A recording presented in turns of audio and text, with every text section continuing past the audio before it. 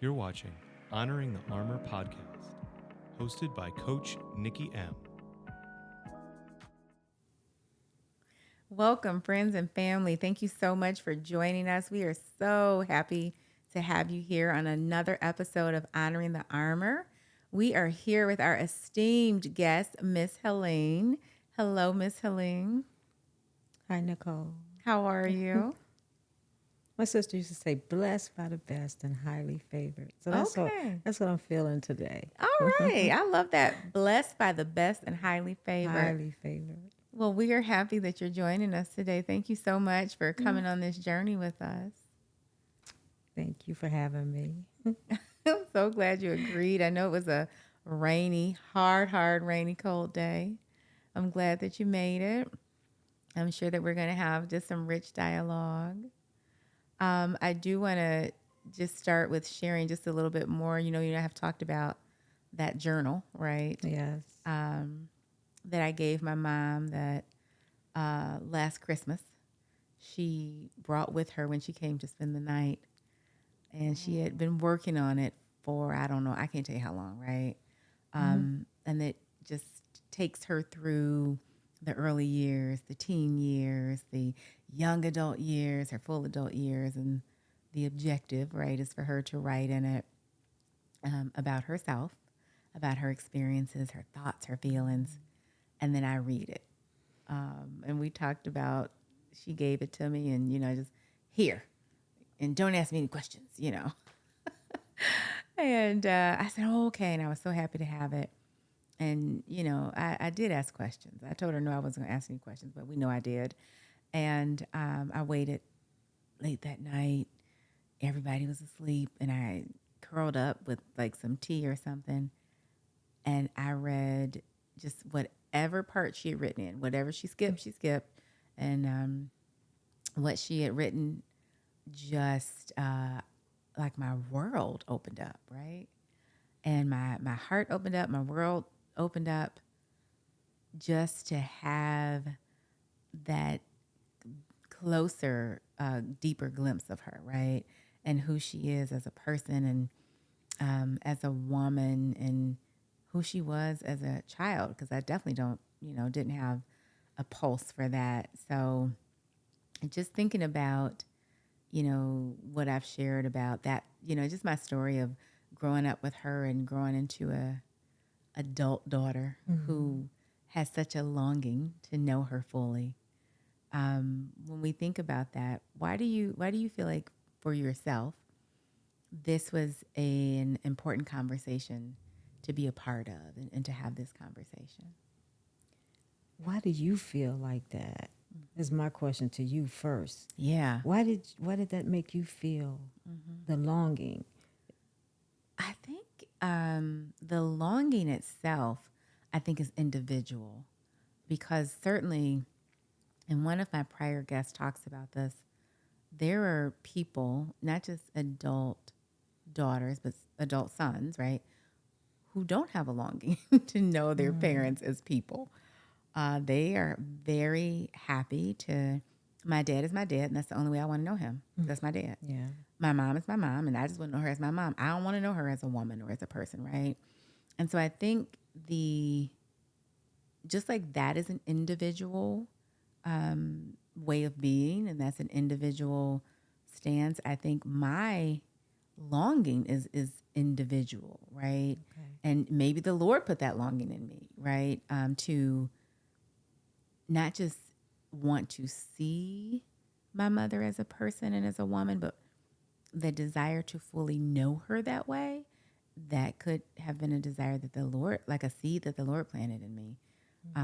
It could also just be who I am in terms of my temperament and what I believe about connection, and what I believe about the beauty that we are able to experience when we are more connected first to ourselves and then to the people that we love, right?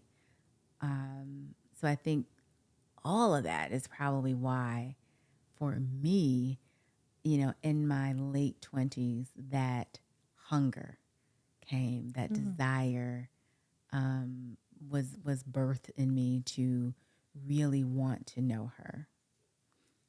And then when I, started having that conversation, maybe over the last, let's say, three years, right, with women that I know, I found out that like this is not a Nikki thing. This was many, many, many, many adult daughters that I talked to who said, you know what? Now that I think about it, I don't know my mother as a woman. I don't know her woman self or her woman story. And I would like to, but you know what? I don't think she wants that. You know what I mean? Yeah. So the more I was, I think, vulnerable and transparent about it and had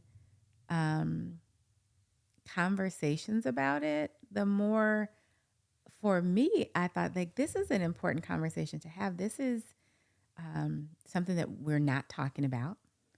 There's lots of good conversations out there about womanhood and about being, an adult child, but not this conversation, right? About as you're coming of age and as you're growing into your womanhood and you're putting the pieces together of yourself, sometimes it feels like they're not like quite fitting or some of the pieces are missing. And some of that can be due to what you don't know about your own mother, who is often our first glimpse of a woman, right? And of womanhood. And so I feel like that was a long way of answering your question, but I feel like I answered it very thoroughly. You did. Like that's why it's so important for me. That longing for your mom and all that she's been through to share, to help you. That's how I get it. And this is probably just me, y'all. It's not everybody. I know two of my friends, I feel like better and more deeply than I know my mom. I don't like that. I feel like that's an imbalance. Like this is the womb from which I came, right? So I want to know her in a very full way. And I also want to know my mother the way that she knows me. Like probably much to her dismay, held nothing back from her. Okay. Like, my mother probably knows stuff. She's like, I really would be happy not knowing that, Nicole. You know what I mean? Yeah. But I want her to know me fully. I've always wanted that. And I think I've always been blessed to feel safe with her knowing me fully, because my mother is not one to, mince words. She absolutely will say, that wasn't right. You probably shouldn't have did that. You probably shouldn't have said that. You should have done that differently. And I never have felt like there was not acceptance, even in my missteps, right? Or that there was a lack of love. And so that has afforded me, I think, the privilege of being very comfortable of living my whole self out loud. Yeah. Right? I like that. My whole self out loud, even when she's like, I don't want to know that. No, you get what you get. You get full throttle me. Because she is like both my biggest critic and biggest cheerleader at the same time. Like you can't tell my mother that I couldn't be Michelle Obama. She believes that. And she also has a list that she'll roll out of everything I'm doing wrong. Okay. At the same time, she's very balanced, in Yeah. her, way that she sees me. But again, I have that desire to not just be fully known by her, but to fully know her. Honestly. Mm-hmm. Because she's honest with you. Mm-hmm. When she's talking. Yeah. When she wants to be, right? Are you honest with her? Very. Yeah. Yeah. Okay. Yeah. Your genuine self. Whether, in all the warts, in all the ways. Okay. Right. Which is probably sometimes like a lot for her. But again, I feel the safety and the confidence to be that. And I definitely want her to, I want it to be like a two-way street, right? It sounds good. Sounds like a perfect relationship. No, nothing's perfect. Yeah. Right. If it was perfect, I wouldn't still be like, tell me this, tell me that. What about this? What about that? And then it still wouldn't be perfect, right? Mm-hmm. But it would be more connected. It would be more whole, and it would be more rich for me. Yeah, that sounds good. Mm-hmm. So you're asking me Mm-hmm. my desires and loneliness, and what do I want if my mom was still here on this earth? How would I want our relationship to be better? Mm-hmm. And what would be some of the things I would have asked her? Mm-hmm. But see, I came from a time where you didn't ask. Right. You didn't ask. I remember a time when I was in the 6th grade and a little boy called me a virgin, and I didn't know what that was. Mm-hmm. And I ran home and, Mom, what's a virgin? She went and got the vacuum. I thought, that's a vacuum. It starts with a V. Okay. You're like, these two are not the same. So she kept vacuuming, and then she told me to go get the Bible. And I'm like, oh my goodness, the Bible. How can read this? Okay. Mary didn't know, and it still didn't answer my question. Mm-hmm. And that was that. That was the end of that. And that was the 6th grade. That could have been a pivotal. Such an informed conversation between the two of you. If she had sat me down and said, look, this is what a virgin is, and this is what a virgin isn't, and this is what even the Lord would prefer for us to be. But to say nothing, that meant the world was going to teach me and show me what a virgin was. And that wasn't okay. But only, in my opinion, what she was looking for was an out. Nobody had talked to her. Nobody had told her. So how could she tell me?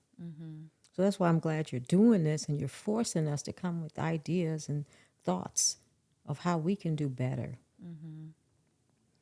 So I used that by telling my daughter everything she needed to know and more. And that cycle continued to where she tells her children anything, and they're all free to ask any question to me. No holds barred, even if I go like this, close my eyes. So this is real important what you're doing. So I appreciate you asking me. But it's deep, very deep. It's very deep, our moms. So for those of us who don't have our moms here, what can we do for the next generation that are out there thirsty, longing?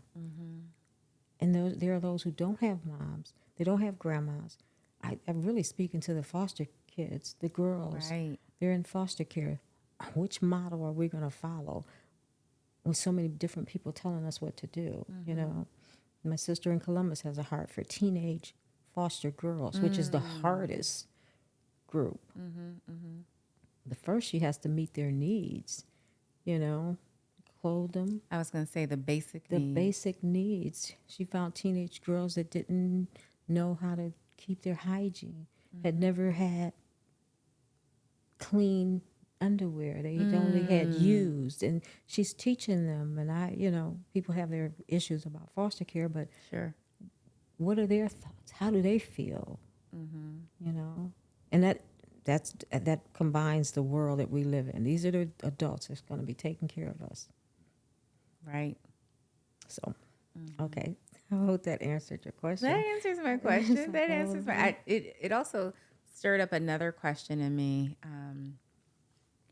You said that you really set the intention of, I'm going to talk to my daughter about whatever I need to talk to her about, right? She's allowed to ask me whatever she needs to ask me. When did you always know that was going to be part of your mothering? Or was there like a turning point as you were raising her where you were like, yeah, I need to do this? Well, it's separate Okay. because there are some things that she definitely needed to know, and there's other things I felt like she didn't need to know. And that's where that armor comes in.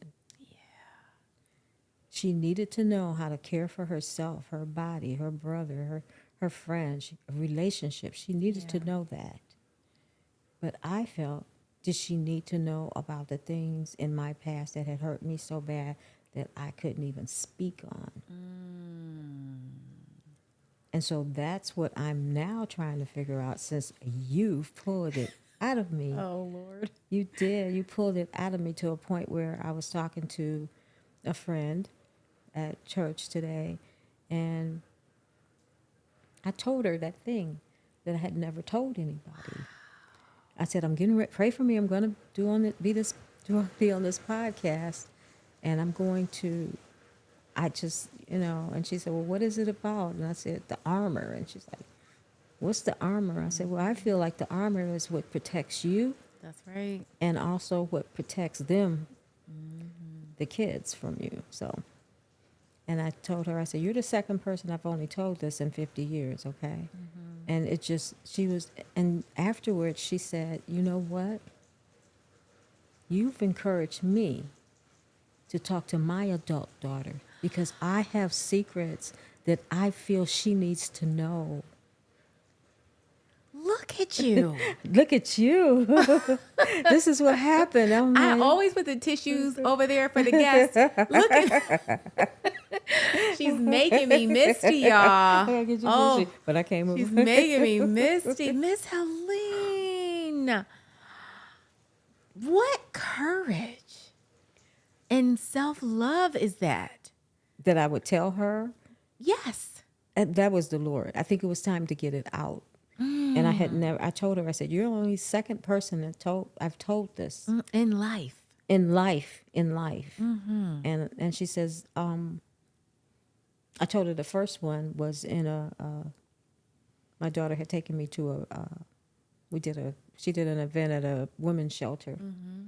And I saw a pregnant woman there, and she was to the side, and I pulled her to the side, and I told her my story. And she hugged me, and she thanked me afterwards. She said, now I can go on. I didn't know that I could go on after this. Right. So I said, you're the only two that I have told this to. So, how did you feel when sharing it with her? Sharing it with the lady. Today. Oh, today? Today It was such an eye-opener because it's like, why am I telling you this? Why, she's an elder woman in the church, but we have a way we say what we have to say to each other, and she's always been there for me. And I felt a little release. I didn't feel fear because I was comfortable with talking to her. Got it. But after we did our session, I was in another room. She came into me and she thanked me because she said, I got some work to do. I'm going to have a conversation with my daughter. And I was like, I got some questions. What'd you say? I got some questions if you're brave enough. I said, because I tried to answer some questions and I was exhausted. You said, I have some questions I can share with you that were sent to me. Yeah. She said, will you? I said, well, I have to get permission, but yeah, probably. But that's the beginning. It's the beginning of opening. It's a wound that the armor has protected, because if that armor is gone, that wound is subject to be open again, and that hurt. That's what we don't want to feel, that hurt. Life is hurting enough to self-hurt, so that's why I kind of keep the armor. I do not disagree with anything that you said. And still, as an adult daughter, I feel like I firmly believe that our secrets make us sick. I firmly believe that. Secrets make us sick. I also feel that sharing with our children, daughters, sons, there's some salve on that wound. Yes. right? Mm-hmm. And so I think I certainly understand I'm going to call it the fear that, ooh, no, if I tell you this, that wound's going to fester, it's going to get all infected, it's going to ooze. Maybe. Or sharing that with people who absolutely adore you and love you and who are a part of you, put some salve on that wound. Let's hope so. We gonna hope so. Yeah, because I do plan on one day having a conversation with my daughter. I just didn't want to have her feel a certain way about her biological father. For sure. I didn't want to interfere with their relationship. But the relationship has been, I can't even think of what their relationship is. It is what it is. It's We'll say non-existent. that. It's, I mean, and it had nothing to do with me, which I'm proud of. Absolutely. Because I wanted her to know him for herself. So she did, the friend who I talked to today, she asked me, what do I think's going to happen when I talk to her about it? What is it?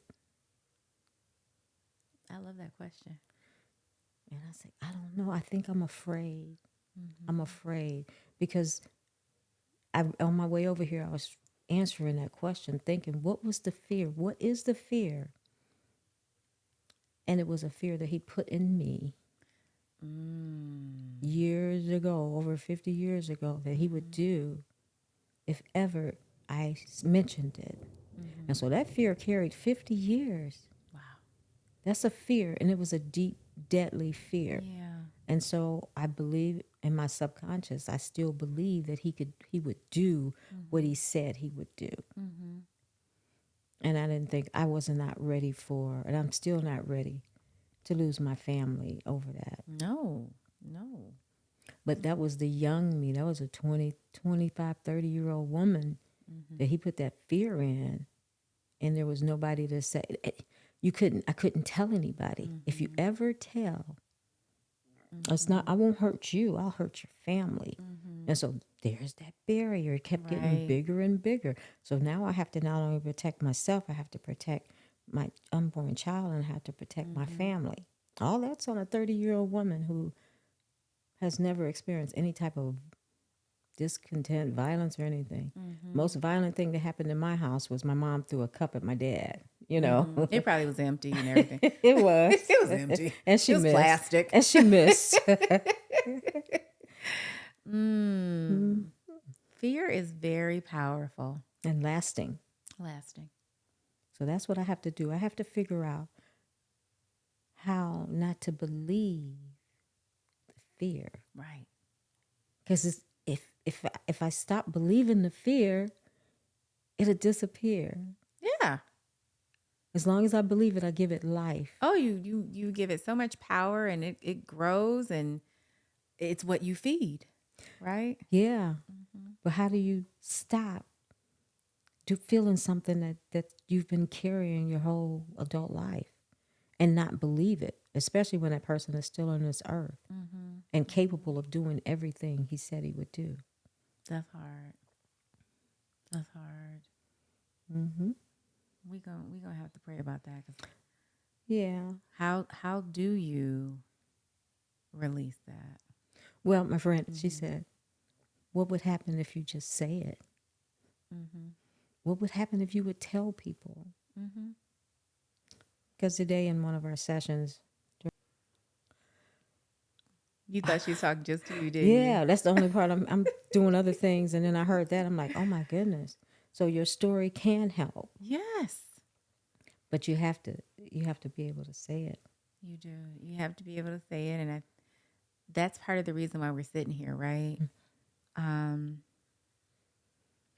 There's somebody, probably lots of somebodies, right, out there whose story is very similar to yours, very similar to mine.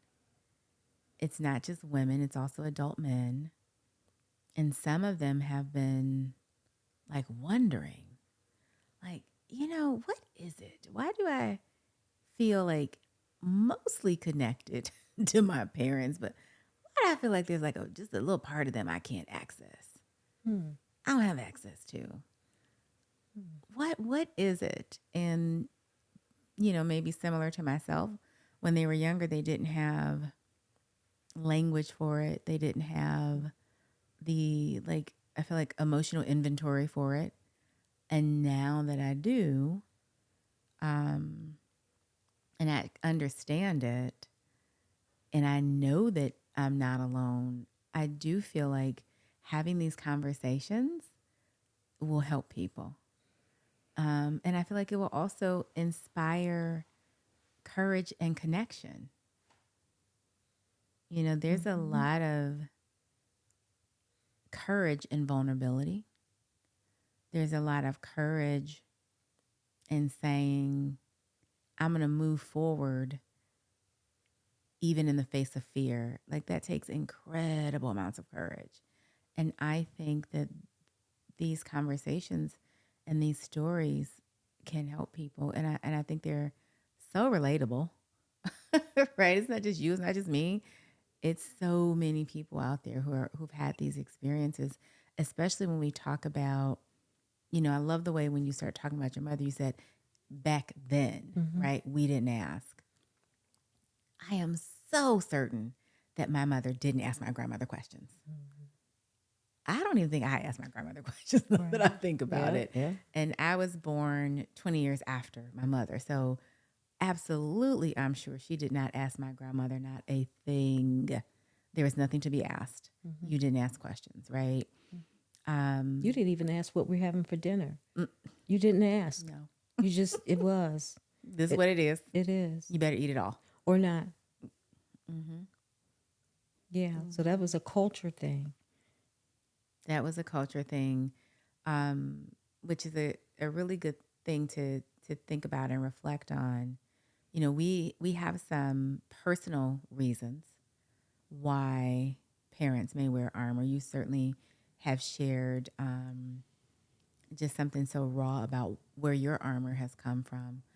When we kind of zoom out and look at society, what do you think are some societal or cultural reasons why parents might wear armor? This generation I can't speak on because it's so totally different, and everything is their phone, and all the information they get is because of Google or Siri or whatever. Right. And who's to say that's the right thing? I don't know. But they're looking for others, but they still are searching for answers, but they're not looking at the right places. They're looking at their phone for the answer. And that's only because of the not communicating or being able to communicate with your mother or your father or just in your room. The loneliness of it, feeling like you're all alone. And this phone has taken lives from our young people. Of someone telling them you are or you're not or you can or you didn't. Right. So I agree that we can't just start with the women. We have to continue on with the children, the women, the young men.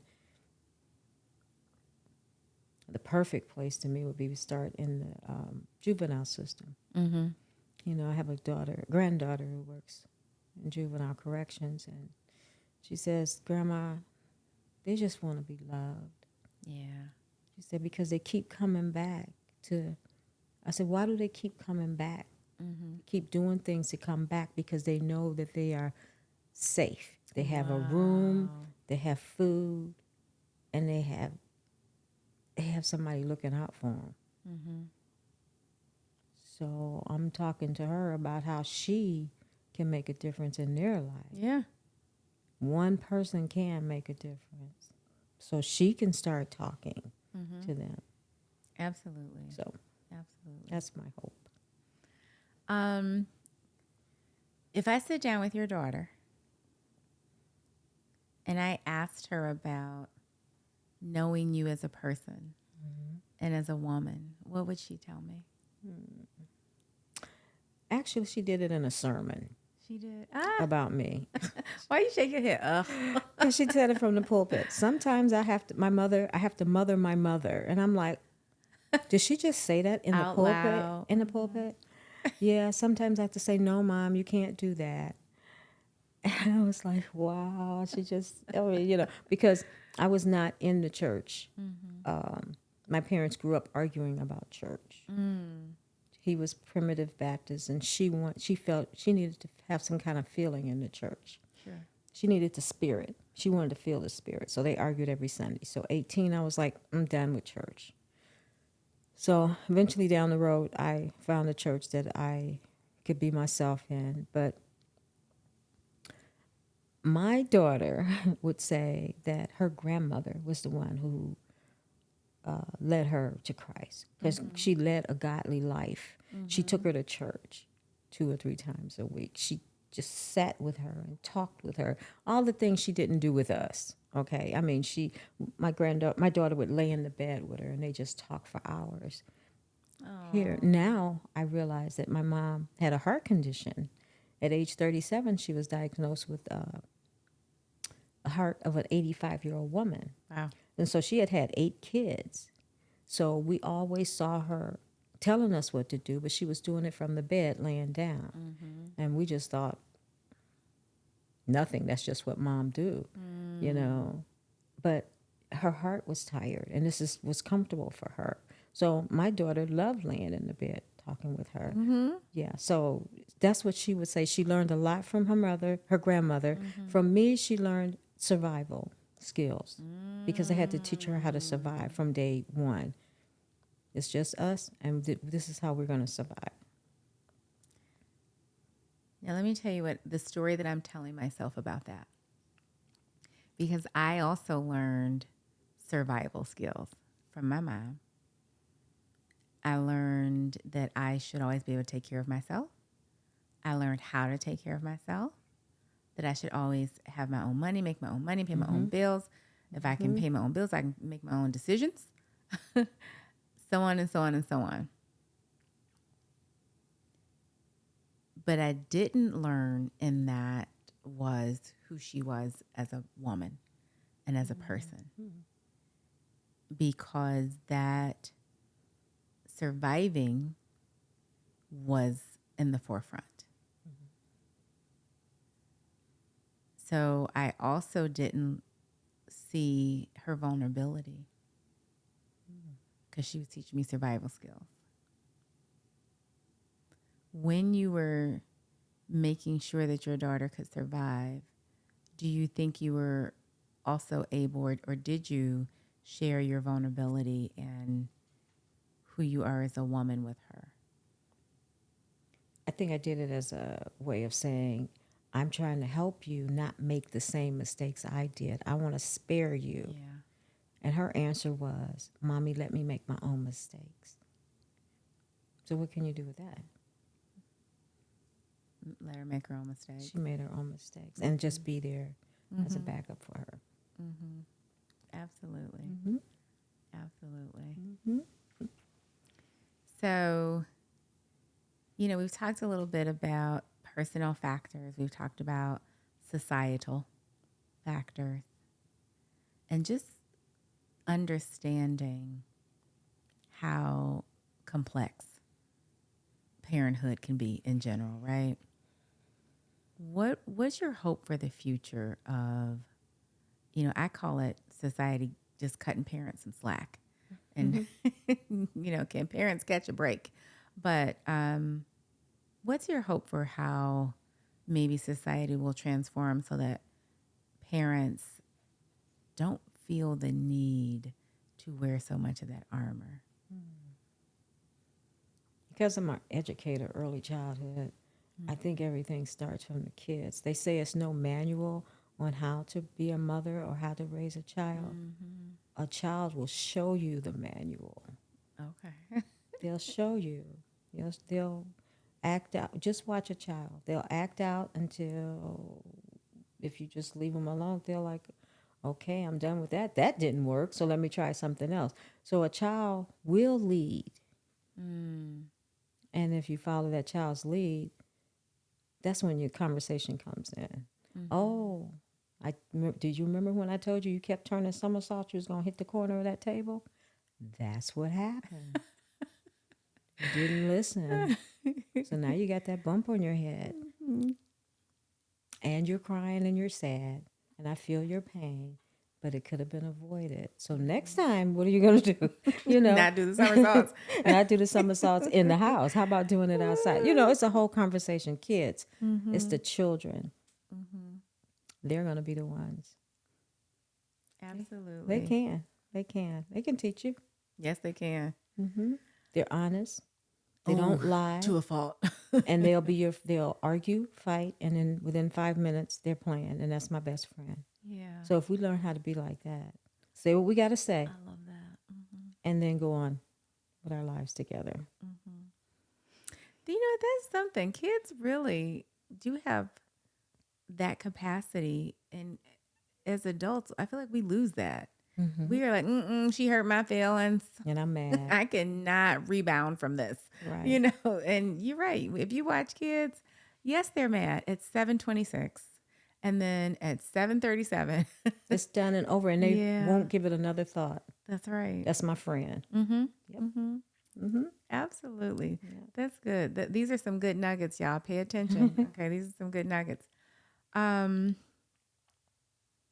that you are having this conversation with me, neither one of us passed out. Okay.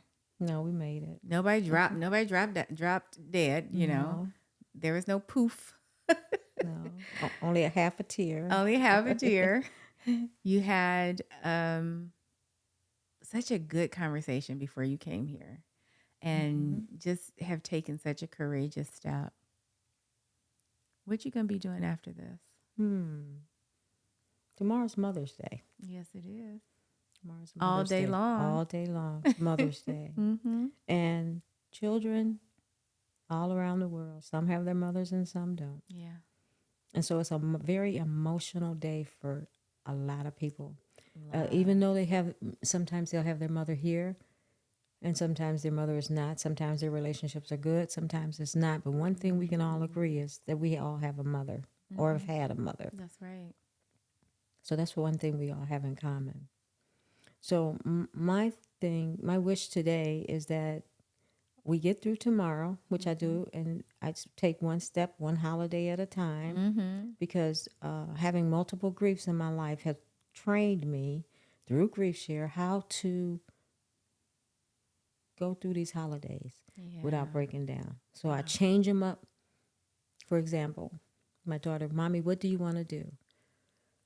I don't want to sit around waiting on somebody to feed me and I'm hungry. Say I don't want to go to the restaurant. I don't want to do that. No. I'm not going to cook. That's right. And so she said, what would you like to do? I said, I'd like for us to do a paint pour. Oh, okay. Look at you. Yeah. And so she said, okay, we can do that. She said, but you don't want anything else? I said, oh, you can give me a spa, manicure, whatever. Yeah, we but know you like that. I said, but you know what? I want to make memories. Yes. I said, the things you give me and I put to the side, I love them and they're okay. But what's going to last is those memories. And I want us to spend time together making memories, adventures. And that's what we're going to do. That's what's up. I love that. That's right. I'm not going to let you go quite yet. We're going to do some rapid reflections. She made a face, y'all. I don't know if y'all caught it. She made a face. I'm going to give you some sentences. Okay. I'm going to ask you to finish my sentence in 3 to 5 words, or however many words you need. So the first sentence is, the daughter that I used to be thought. The daughter that I used to be thought it was going to always be like this.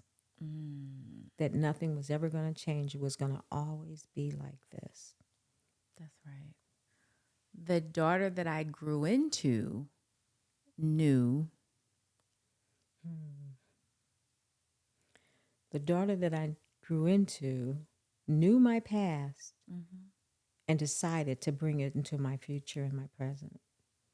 It was a decision. Okay. I like that. All right. The woman that I used to be thought. The woman that I used to be thought that I couldn't achieve the things that I wanted to because society says you can't be a single woman and single parent and have a house, a car, a life, a job. A woman actually told me that you can't have this. And I looked at her and thought, yes, I can. Right.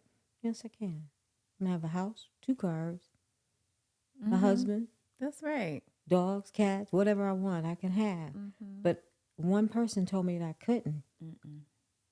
And I didn't tell that person, but I thought to myself when she said it, she don't know That's right. that I can have whatever I put my mind to. And it might take some work, and it did. Yeah, thank you. That's a good question. Let me see. Mother is another word for, and you cannot say love. Oh, mother's No. mother's another word. For what?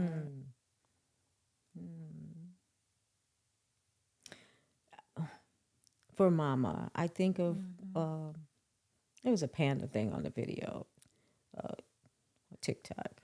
Look at you on TikTok. I'm not even on TikTok, y'all. The pandas, he forgot that the baby was there. He looked and he liked it like that. But then the gorilla picks up the gorilla and takes him where he needs to go and sit him down. Just making sure you're all right all the time. So that's what mothering is. It's making sure you're okay all the time. I don't have to see you. I put you right there. You're supposed to still be right there. But that's what a mother is. I put you right there. I got you. I don't know. That's not one word, is it? That's okay. I got you. Mother means I got you. I didn't say one word. I said 3 to 5, but you Okay. can use however many words you need. Okay. So tell me now, we're going to wrap up. Our producer's going to say, okay, wrap it up. How do you feel now that you've had this conversation? I feel like there was like an exhale. It's not the nerves that you came to it with. I feel like you were like, oh. I feel lighter. I feel lighter because after you've taken a test and you're not quite sure how you're done on that test, but you feel like you got most of the answers right. That's how I feel like, okay, that's done. That's done. So, and you did well, making me feel comfortable.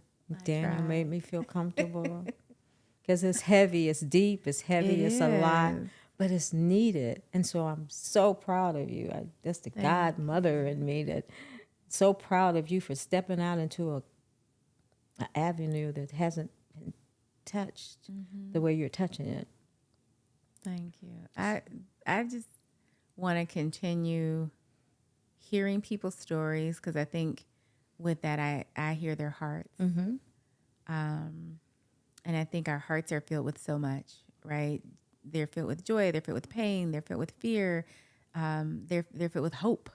And I love that. And again, I love that your story, it could be one person out there. It could be 21 people out there who are going to be touched by it and identify with it, and it's going to resonate with them so deeply. But more so, what if they are so moved that they are having conversations that they've always wanted to have, but just didn't have the courage or the support to have? You already did that today for somebody. Yeah. Right? Yeah, and she's older than me. And that's where I think your journaling is going to come in. I don't see this just being as a small thing. I see it as growing. And the more people that need it, the more people that'll tell people that need it. That's right. And tell somebody, y'all. Bring one, just one. Right. Just bring one and let the Lord do the rest. That's I right. gotta give him credit. Thank you so much for coming here to share your story and trusting me with this experience and this conversation. And I am going to just be on the inside, just so bursting about what's next for you. For me, I'm bursting about what's That's next right. for you, Morton and Morton. I'm so excited. Thank you for remembering me. Absolutely. Absolutely. and making me a part of it. Absolutely. It's exciting. It's exciting. I can't wait. Thank you so much. Thank you. I love you, Nicole. I love you. All right, friends. This has been another truly heart-opening episode of Honoring the Armor. Make sure that you share, you like, you subscribe. Get with us on Spotify so you never miss an episode. Thank you so much for joining us. Thank you for watching Honoring the Armor podcast. We're releasing new episodes every other week. Let's keep the conversation going in the comments. Like and subscribe so you don't miss out.